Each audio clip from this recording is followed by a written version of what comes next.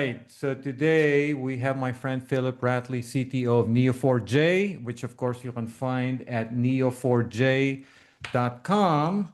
Taglines are the world's leading graph intelligence platform, as well as build intelligent apps and AI for ... choose your use case or domain. So welcome to the podcast, Philip. Thank you, Ben. Good to be back. All right. So last year we talked about GraphRAG, and let's start by somewhat of a reality check for where we are at GraphRAG. And I know since you wear a vendor hat, and I would say for this podcast, Philip, try to resist kind of your vendor side in the following sense, right? All right, taking that one off right now. By GraphRAG, I mean talk anything that you hear. It could be from what you guys are doing or some other people are doing. Yeah. Just generally in this conversation. And then secondly, all right, so when we talk about GraphRAG, let's try to stick, at least in the beginning, with the original conception of GraphRAG, which was people were doing RAG, but then they realized, well, RAG has insufficient context. Maybe we can help RAG, or retrieval augmented generation, by giving it additional or improved context, and usually that improved context will come from a knowledge graph or some other graph-oriented system. But then beyond that, I think I wrote a post about this last year. There's so many design patterns as to how you do the adding of the context, right? So, but That's so right. broadly speaking, let's just say GraphRAG, at least at the start of this conversation, was that original vision, which was RAG, but RAG needed help. So we'll get additional context from a graph system, most likely from a knowledge graph. All right. So with that said, we were all excited about it last year, right? So, and then this year I had you give a keynote again at the AI conference. You gave us an update. So what's the real story from the front lines, Philip? So in terms of where are you seeing GraphRAG move from prototype to production, and where are people still getting frustrated? All right.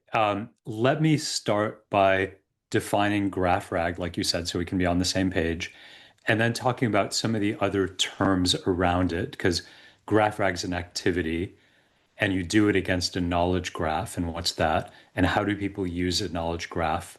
You know, at the start, you talked about like in knowledge layer for AI, and then, okay, what kind of data is in your knowledge graph to begin with? And we've learned there are different kinds of knowledge graphs, different kinds of data you can have at different layers, you know, from metadata to data, from single application to multi-application. And likewise, we've learned that GraphRAG can encompass a few different patterns and activities. But if I start at the beginning, the observation with GraphRAG, so I'll give credit for the term to Microsoft Research, who wrote this paper about GraphRAG, where they essentially had a document. We're trying to do retrieval augmented generation with vectors, and said, look, actually, if we take the data in that paper, so the chunks, and then create a graph around that of entity extracted data. So what are the terms, and then the relationships between, you know, subject, verb, object in a sentence, which can turn into a node relationship, node in a graph, then I can feed that to the model. Then the model will actually give me better answers. So you have higher level of quality with this one kind of use of graphs. At around the same time, we'd been... By the way, for our listeners, there's obviously you can do graph space rag, but I think the original paper and the one I use is GraphRAG with no space. Yeah, most commonly I see it with no space, so just GraphRAG all in one shot. We'd been seeing this pattern at the time. We were calling it something different. Doesn't matter. You know, it's retrieval augmented generation with a graph, but GraphRAG has a nice ring to it, and it's pretty clear what it is.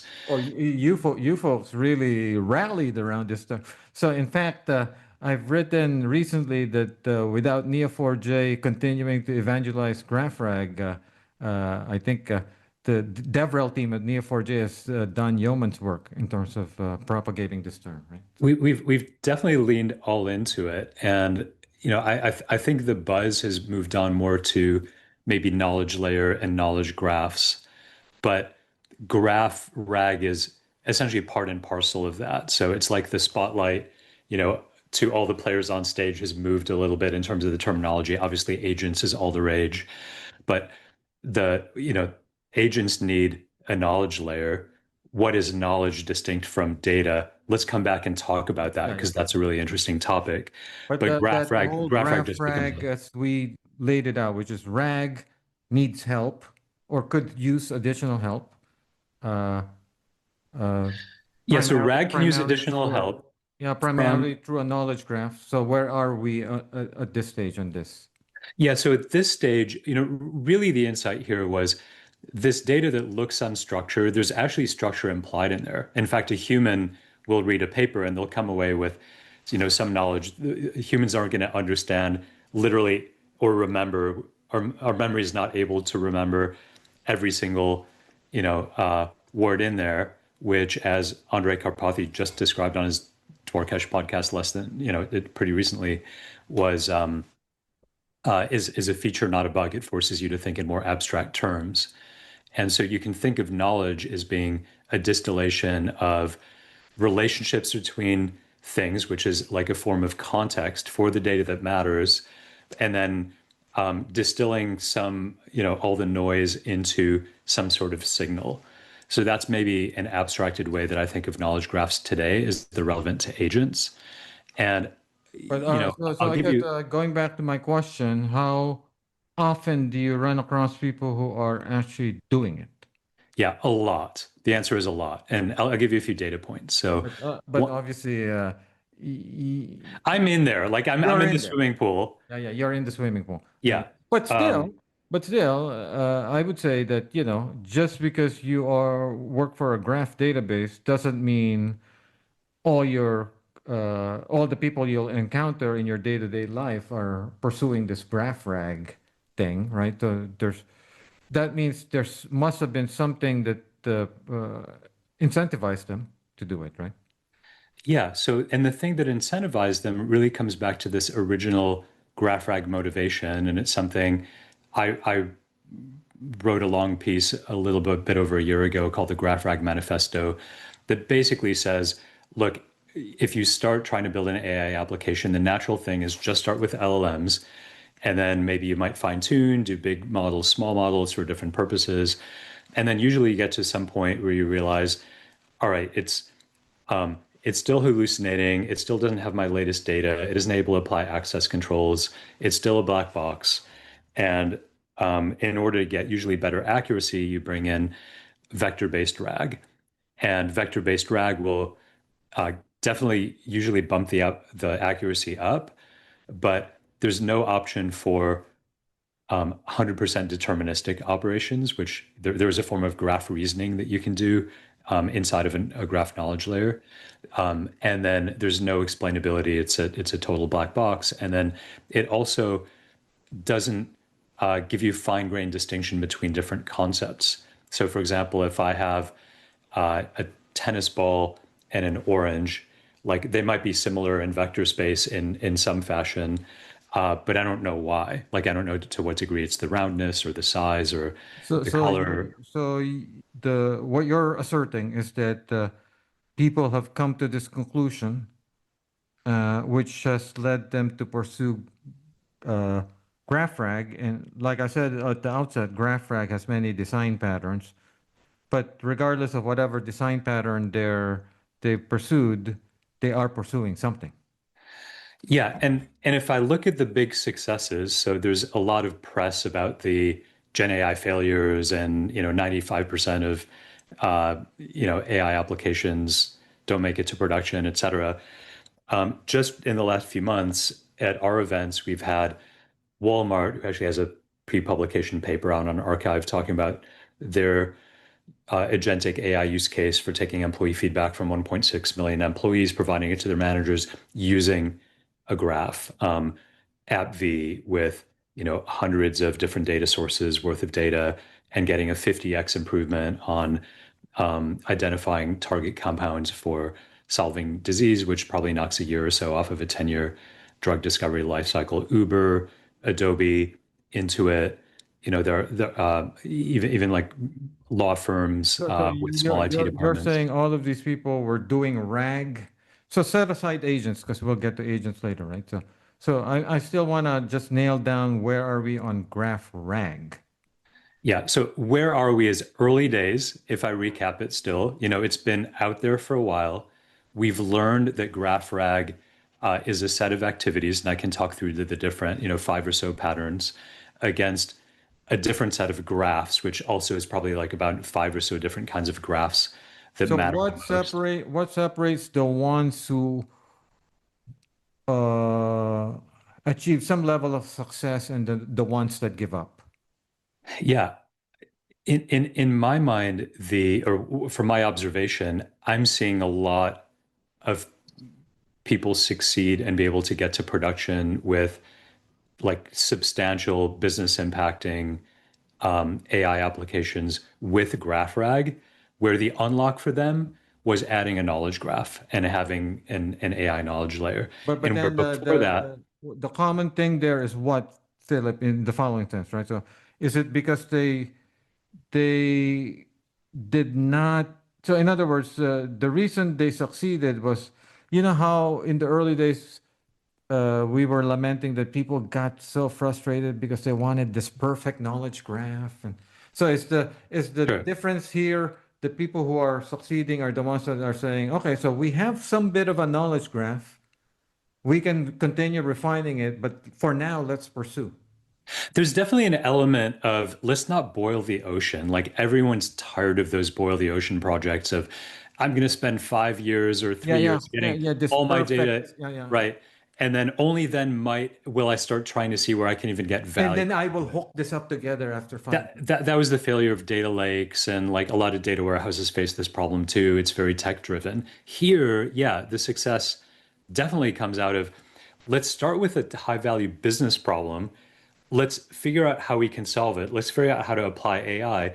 And in the journey of exploring the many AI tools, you realize that your AI application and specifically your agents need access to knowledge that is up to date, low latency, common, able to store structured, unstructured, semi-structured data, and is able to store, whatever data that you want from any application and bring it together. And a graph turns out to be what is unlocking this. It's the best substrate that checks all those boxes. And let me ask you this. Uh, is there a difference, Philip, between the teams that already had RAG and let's say they had some success with RAG, it was in production, and then they decided, we've been hearing about this graph RAG, let's see if we can get even better. And then they also had that extra property of, well, we know we don't, it'll take us forever to get a perfect knowledge graph. Let's just get, uh, our starter knowledge graph, because we already have RAG. We had some success there. And with the starter knowledge graph, the graph RAG will be better than RAG. Is that, is There's a that bit kind of of that, but a, more is, commonly, it's this. It's I can't get to I can create a pretty good prototype with just RAG, and then but without a knowledge graph, I actually don't meet the bar for whether it's whatever accuracy, like all these explainability, things. something? Yeah. So it literally becomes the unlock that makes the difference between these 95% of failures or whatever number you think it is, probably 70, 80%, and the percentage that do succeed. So and sometimes they have graphs in their architecture from the very beginning because not everybody has as much familiarity yet, even now, with graphs as they do with models and vectors. Oftentimes, it's only once you're in the prototype phase and struggling with how do I meet these enterprise bars for security, access controls, accuracy, explainability, et cetera. Then, people experiment around, realize, okay, here's what I'm missing. I need the graph and bring it in, and then they can get to production. So have you encountered situations where there were, uh, this might be politically incorrect phrasing here, they were graph virgins, and then they decided, we've been hearing about GraphRAG, let's do a starter knowledge graph, and then they ended up succeeding. By success, I mean they move forward and productionize, right? So, Yeah, that's the most common one because it is something that you still need to dig a bit with. It's not in the headlines yet. I think in another few months it probably will be a bit more top line in the headlines. I even noticed recently some of your guests um, are customers of ours and have some of our first customer facing AI agents where what I know is they would not have been able to go live with a customer facing AI agent, which is really leading edge, right? Most people are going safer with employee facing without the knowledge graph component. And yet, like, those, I noticed neither of those guests, well, one of them talked about graphs, the other didn't. So there's still, I think, maybe some reticence about competitive differentiation, maybe not as much awareness at the CTO, CIO level that their teams are using this technology. So I think the awareness is still getting out there. So back to your question, yeah, like people who discover graphs in the course of figuring out how to get from prototype and do that for the first time is pretty common. Um, Graphs are also, you need to think a little bit differently. It's easy to learn, take some work to master, and so it can be helpful. We've been investing a lot in education and learning and examples so that people can stumble less, and then creating tools that do much more. I mean, what's great with AI is you have a bunch of tools that you can use to make it easier to create graphs, write queries, create data models, and so on and so forth, build your agents. so where are we on the graph creation tools? On the graph creation tools, great question. So Neo4j has an open source stack called the LLM Graph Builder that is one of the, let's say, more leading edge resources that's at least free and out in the common domain. I've seen a number of And companies. how would you, what would be a good hello world example for that particular tool? So the one I showed, I'll talk through the example I showed at the AI conference, which is you have, let's just start with the simplest thing, which is one document. I use the Microsoft web page, and I want to ask an LLM who's on the board of directors of Microsoft, and I want to make sure I get an exact answer, and I want some explainability. And of course, this is a contrived answer, right? But let's assume it's a proprietary document that the model hasn't been trained on. Um, and what you what I basically showed is you click a button, import the web page. It uses a model to do number one, entity and link extraction into a domain graph. Number two, vector chunking.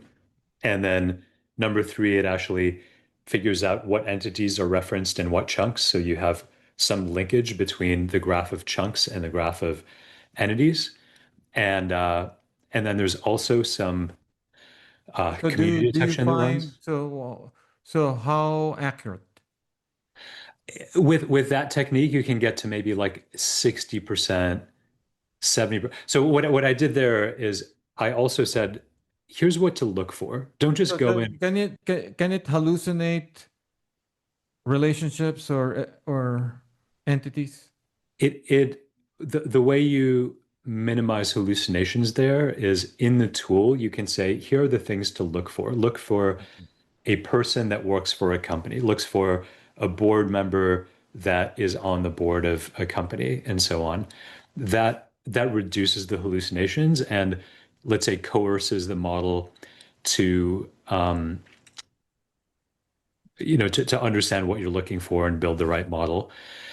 And then, And then from is there like you folks have an accompanying visualization tool that I can at least kind of quickly look at, hey, that's not the CEO of Microsoft, right? So, yeah, that's right. That's right. And that one comes, there's some visualization that's baked into this tool. So with that one, with that particular demo, I could ask the question, who's on the board of Microsoft? It knew that the Wikipedia page had last been updated in, sometime in 2023. So it said, as of 2023, here's the list. And then I can ask for my explainability pane and get visual explainability and see from the graph what it brought up. So that's sort of the power there. And that was a trivial example against, so to do this in production, you have usually two places where your graph comes from. It can be unstructured. It can also be structured. So structured, you can get, 100% fidelity in bringing data over. And something I also demoed was bringing data over from Snowflake, where, famously you don't have referential integrity between tables most of the time. So we infer that using AI, and then basically in a few clicks you can get from your data out of Snowflake into a graph model within less than 10 minutes. That's something that used to take our professional services team like a week to map out. On the unstructured side, there's a long tail of work that involves things like some subject matter expertise, some a little bit of deduping, and importantly, if I have an existing structured data set where I have an ontology that describes maybe my existing product hierarchy or my customer names or different terminology, you can actually refer to that as part of your unstructured entity extraction, and and get better accuracy. So to sum it up, the state of graph building tools much better than before. Way And better than a year ago, and and it's evolving if you still. don't have graph expertise on your team, the state of the graph building tools, Philip, is it fair? Is it accurate to say will get you at least to your starter knowledge graph?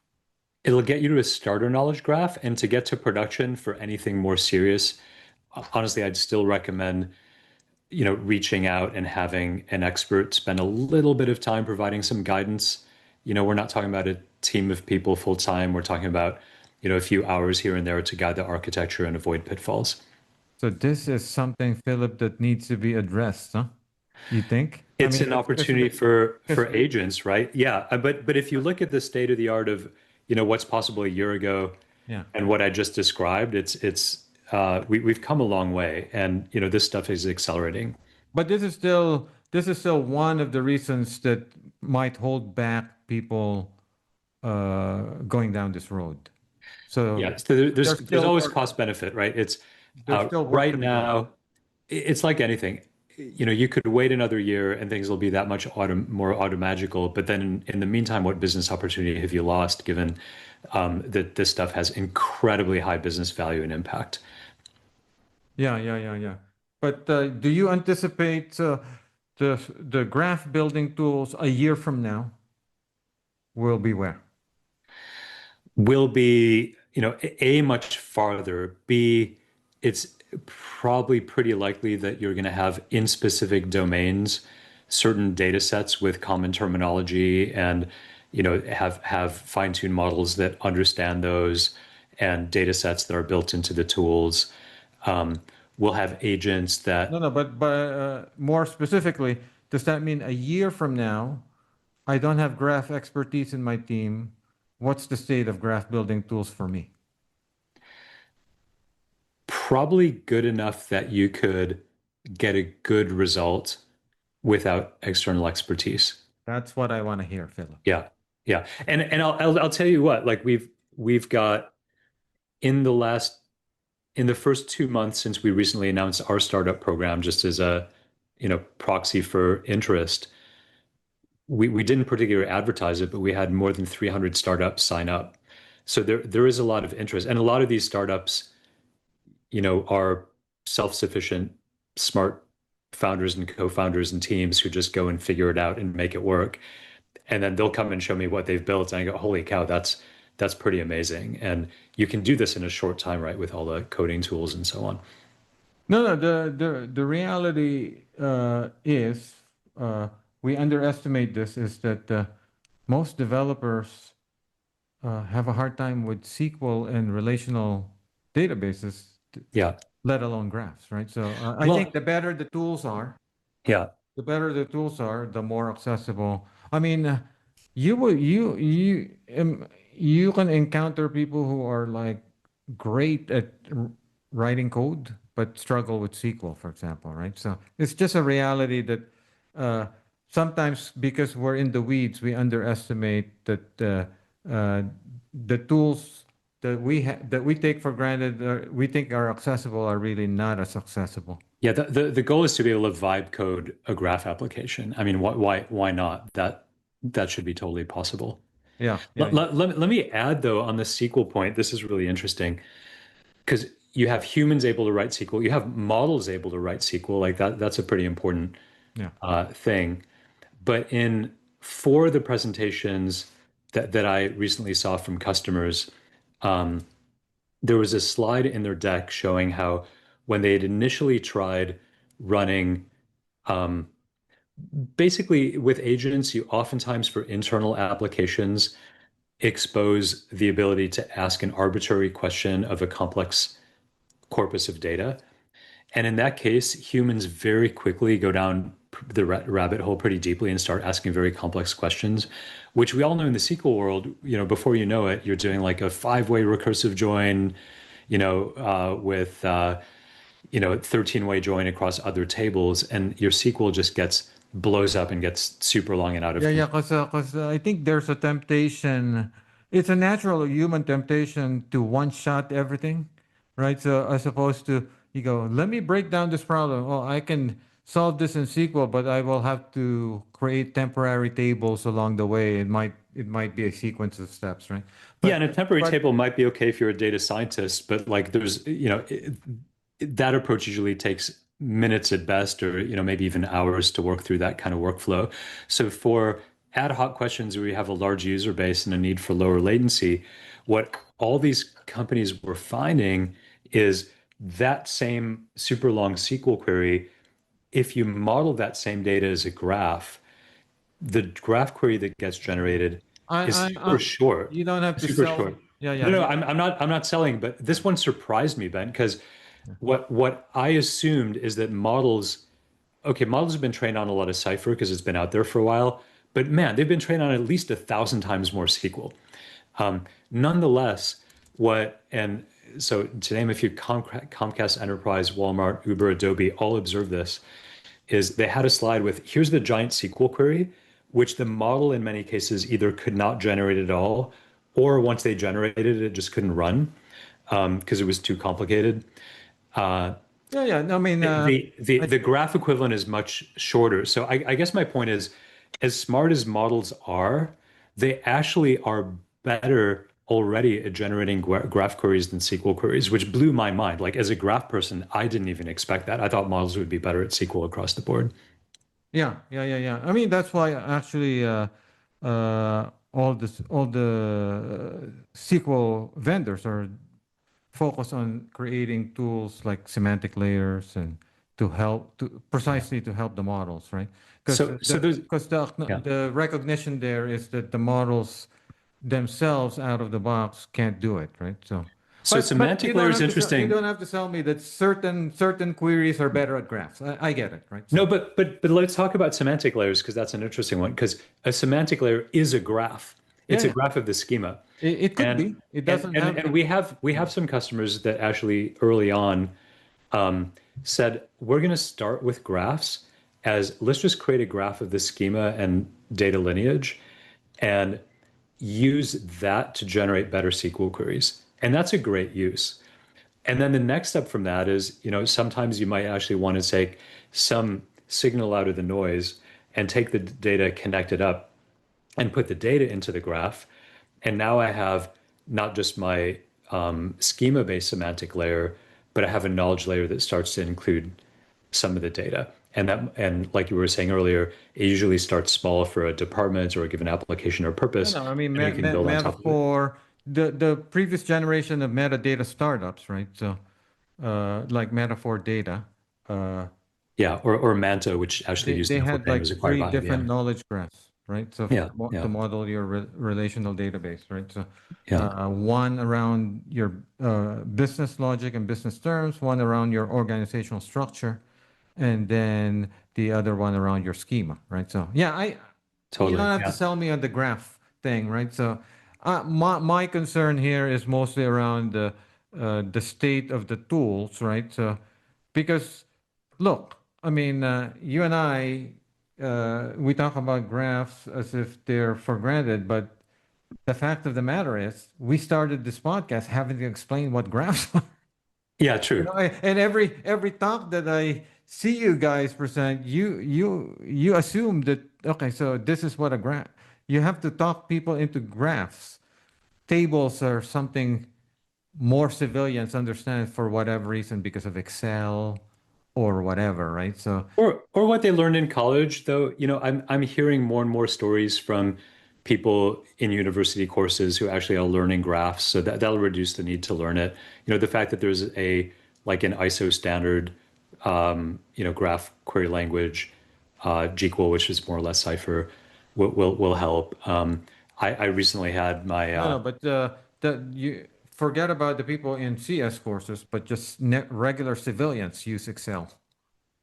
So yeah, for sure. they But see regular tables civilians, they it, see it's a tables every day, right? So That's right. Yeah, we're conditioned to think in tables, for which whatever is which is weird, right? Like for the whatever reason. world the world shows up in networks, Yeah. and yet we're used to thinking in tables, and graph kind of breaks through that, but you need to unlearn a little bit I before you. think part of it though, Philip, is that you can have a ginormous table, but you can, for some reason, you can visually scan the columns and the rows.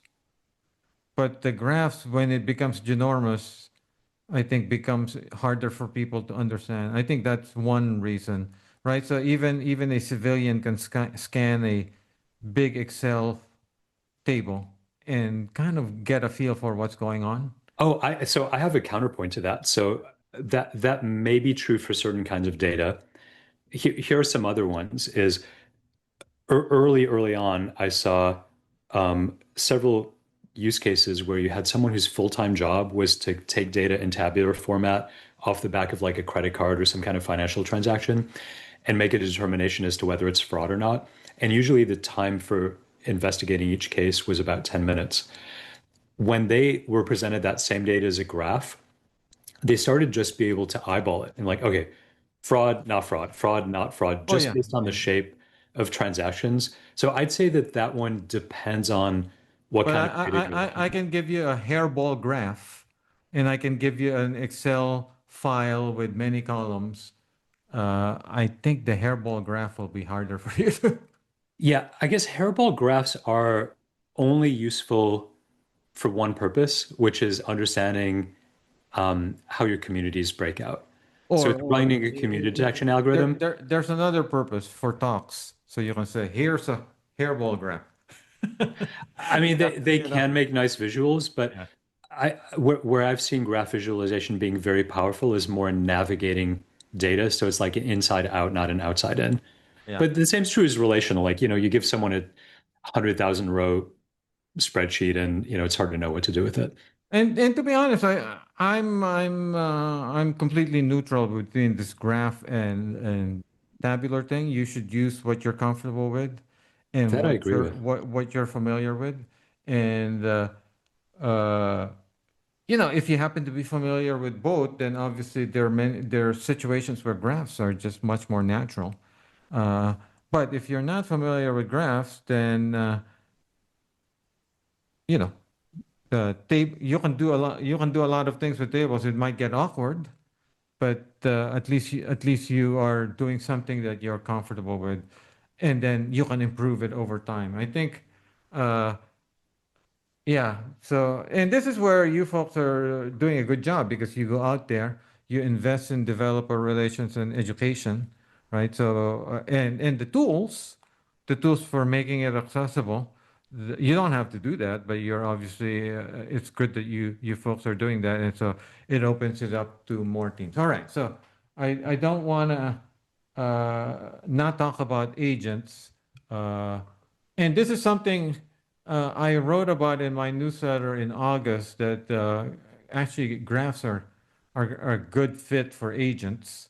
Yeah. Um, and again, I think here it's like the GraphRAG thing. I think you and I know that there's many situations where the graphs are going to be great for agents, but it's going to be a question of how, we got to get the teams comfortable with graphs and get the tools out there uh, so that they can get going, right? So, but obviously, moving forward, if one of your team members is a machine, by machine I mean an agent, Hmm. then uh, the agent can be obviously fluent in both tables and graphs, and then you have much more flexibility, right? But in the beginning, at least, you've got to convince yourself that graphs are the way to go. So that's what we're going to do in the next few minutes between Philip and me. We hope to convince you that graphs are a great way to turbocharge your agents, right? So why don't you start, Philip, and give me your top two reasons for why graphs are great for agents. Yeah. So one is agents. Um, Agents need to be able to answer arbitrary questions. So it comes back to this, more easy query generation, which is, what we saw some of our customers report. Another one is where agents sometimes struggle is having a common view across the many different systems that represent the scope of their data. And a graph is a great way to um, have a bird's eye view of what the data is. Just, bring in a bunch of signal, like bring in your customer ID and just a few facts from the 8 different systems where you have customer, stitch it together into a graph. And, you can leave the other data where it is. This isn't about like moving 100% of your data. It's about taking the 5-10%, stitching it together. So when you have agents that want to use intelligence that spans multiple systems, graphs are an ideal way to do that, where the other two options are either boil the ocean and bring everything into one system, which isn't a good option, or just federate everything, which also isn't a good option.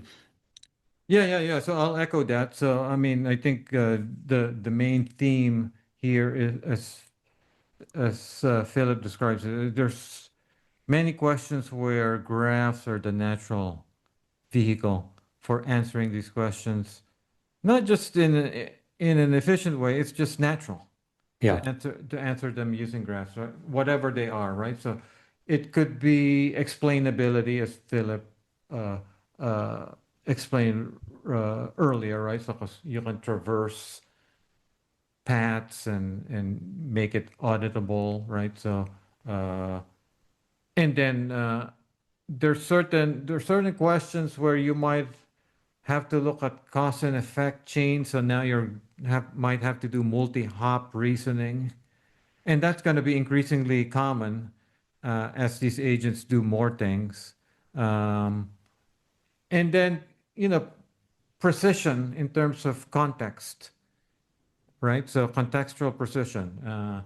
Graphs will be able to really provide you with that, unlike, I guess you can, almost everything I just mentioned, obviously you can do in tabular form, but it just gets awkward and inefficient as as this chain of relationships and reasoning chains become more complex. And then the other thing too is uh, there's the reasoning part, but there's also the idea of, if you want to diagnose failure uh, in these agents that are going to do a bunch of tasks and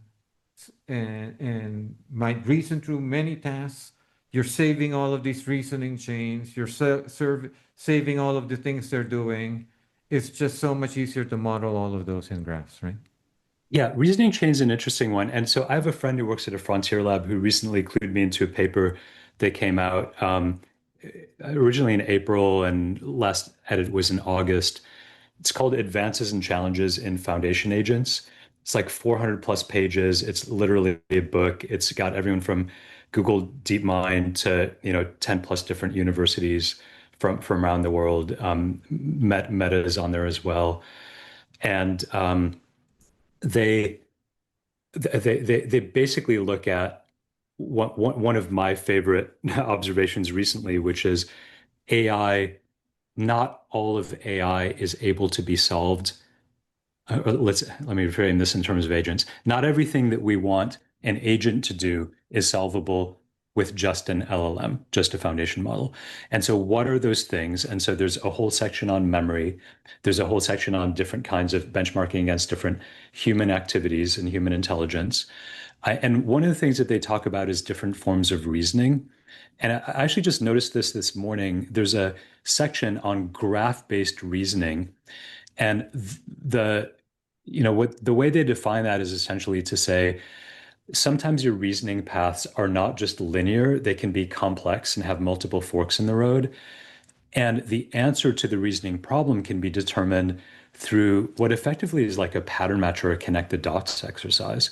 And that's deterministic. And what sparked in my mind when I saw that is this is what a graph database actually does. This is what, the cipher language actually does, is it's just to connect the dots. That's what distinguishes that type of querying from SQL.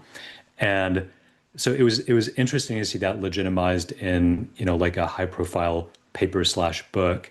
And I'm going to use that one. I think that's a good framework for how to think about knowledge graphs, is you can do graph-based reasoning, and that reasoning ends up being fully deterministic and explainable. Not that every question is fully deterministic, and but on the other hand, it's very much the case that not every question has only a probabilistic answer. Yeah, yeah, yeah. Which brings me to another reason. And this is something I wrote about. I just released a field guide on agents where I kind of try to collect what I think are some of the more common best practices, right? So one thing I kind of soft pedaled a little bit there was memory. Mm. So based on my current assessment is memory is there's no consensus because people are doing all sorts of different approaches for agentic memory. There's startups who are focused on this. But at the end of the day, I think that people, Philip, these young developers, they'll come to the conclusion that databases are are probably a good way to solve this problem.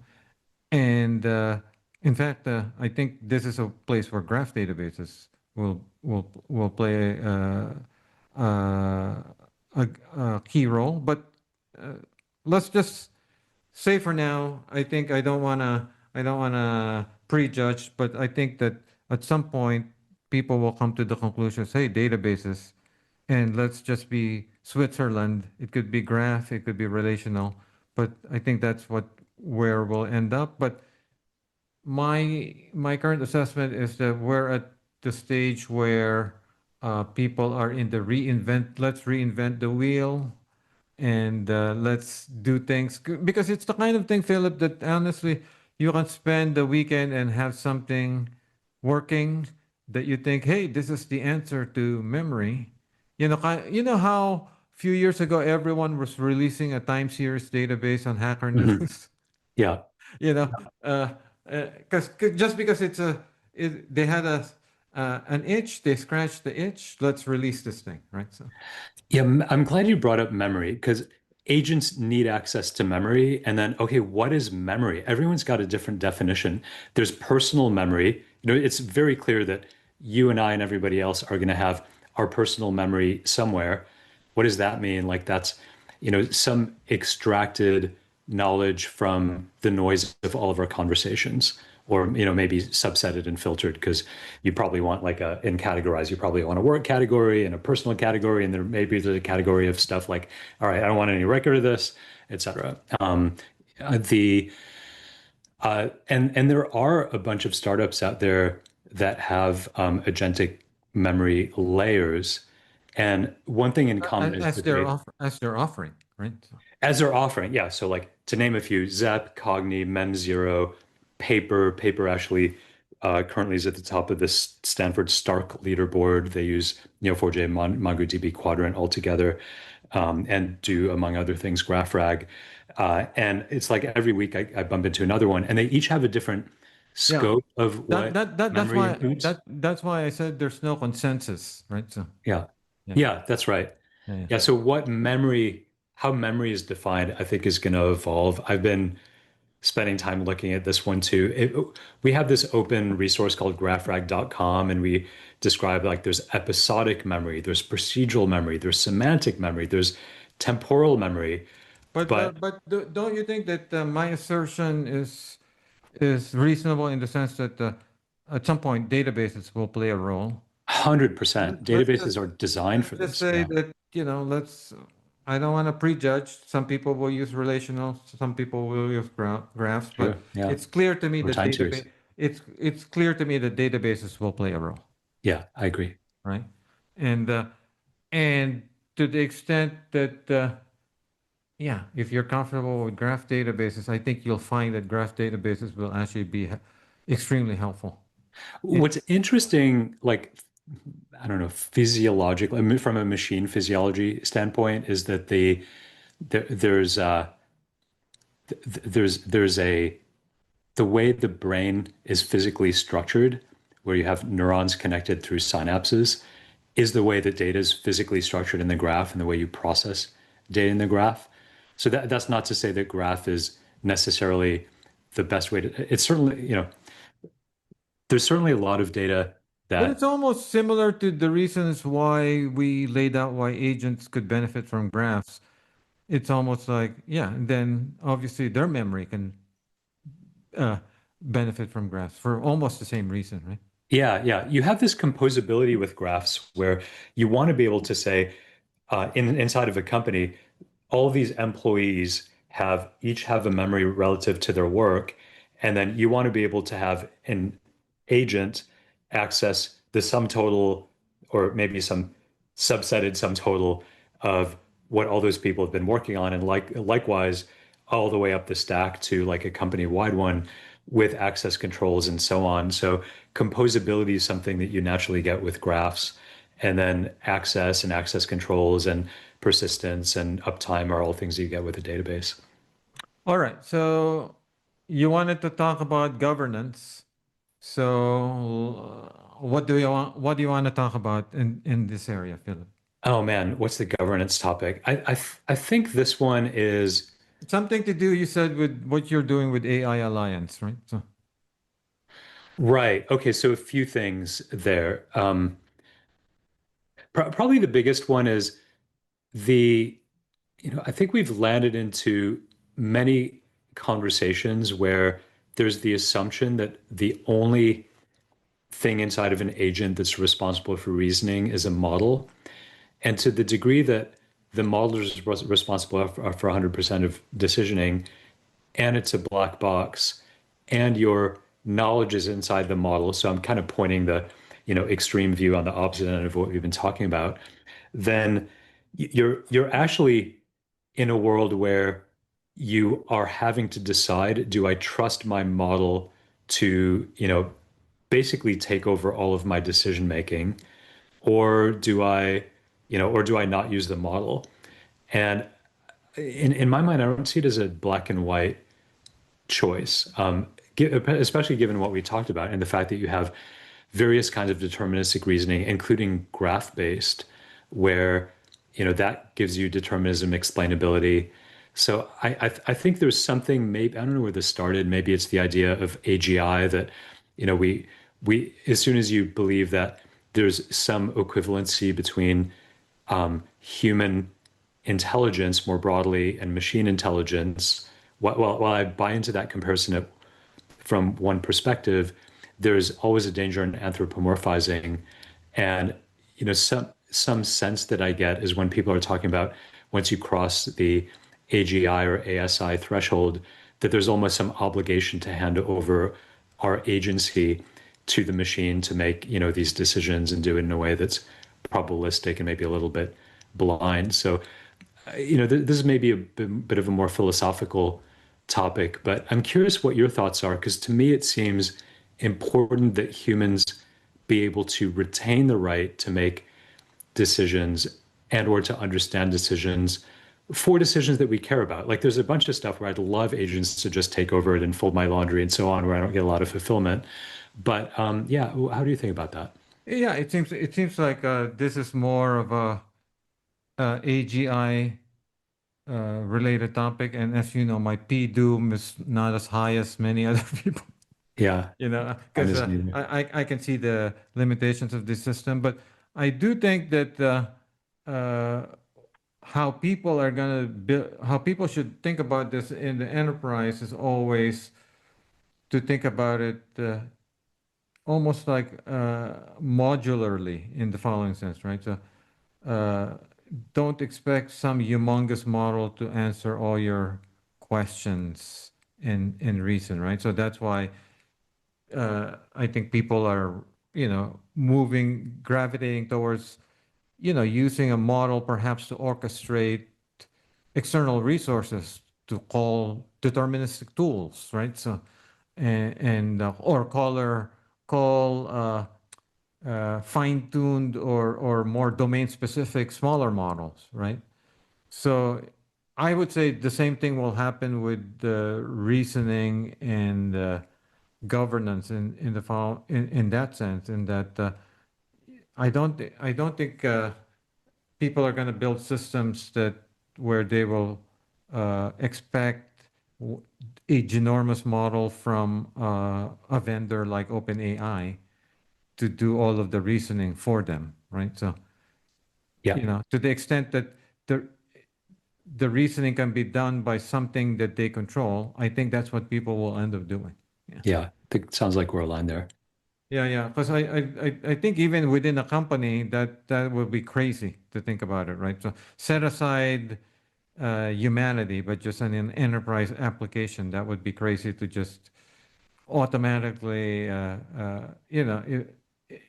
if you have deterministic tools to help you in a specific question or step, or to reason through something, you should definitely use it, right? Yeah, which puts us into a neurosymbolic world. Like you've got your, combination. There's a place for non-determinism, there's a place for determinism, and the two together can bring you much farther more reliably. By the way, let me close by one of my pet peeves. You mentioned the word anthropomorphizing. Uh-huh. I think one of the things that people might suffer from and early on is, you know, I'm s- I have to do this project. In the past, this is how we did this project. We had 12 people, and these are the roles of the 12 people, right? So therefore, I need 12 agents. And so then, Yeah. then now I'm in the multi-agent world, right? So Yeah. I I think while it might be a good thing, it might be a good model to say, hey, we have 12 people and they have 12 different skills. Uh, but that doesn't mean I need 12 agents. It could be, this skill I call an external tool. That's not an agent, right? Yeah. Uh, Y- because the problem with multi-agents, the distinction I'm making here, Philip, is multi-agents means multi-agent communication. Now you have to manage the communication between the agents. That gets complicated. So I think that people should think more about, like, I have a model which will orchestrate different parts of the task, Yeah. right? So You know what this has in been? other words, try to stay away from multi-agents as much as possible, because you don't want to get into the multi-agent communication thing, right? So What what you're actually describing, it occurs to me, is a reverse Conway's law, right? Conway's law, for those listeners who aren't familiar, is basically saying that whatever your architecture is, you're going to end up with people responsible for different parts of your architecture, and you're going to ship your org chart is going to become aligned with your software. And here we're saying the other way around is yeah, you have people who are working in a particular way. If I try to build my AI system in a way that one for one matches people and agents, then I'm shipping my org chart as software, my human org chart, And there's no reason in the world why the machine equivalent of a human workflow should look anything like the way the Exactly. humans are organized. That's a great point. But like I said, it might be the human org model might be a good way for you to start decomposing the task. It's a good starting A point, and way then at for some you point to, you need to yeah. break it all out. Like, okay, what do I? Yeah, but don't artificially say, we have Philip who's a designer. This is what a designer does. And by the way, the designer also drafts emails. So then you're trying to replicate everything that Philip is doing, right? Philip as the designer will draft an email that he sends to, a senior designer. So then you kind of replicate a workflow that doesn't have to be replicated, right? So Yeah, because the reason you have multiple people to begin with is it's a variety of reasons, but it's ultimately that either one person can't do all the work themselves, and so I need to find out some way to scale the same task, or one person doesn't have all the skills, and therefore I need to distribute that task. But with agents, neither of the first certainly isn't true. Like, so you can just have one agent instead of 100, if minus scaling. yeah. And with that, thank you again, Philip. This has been a great update. Thanks, Ben.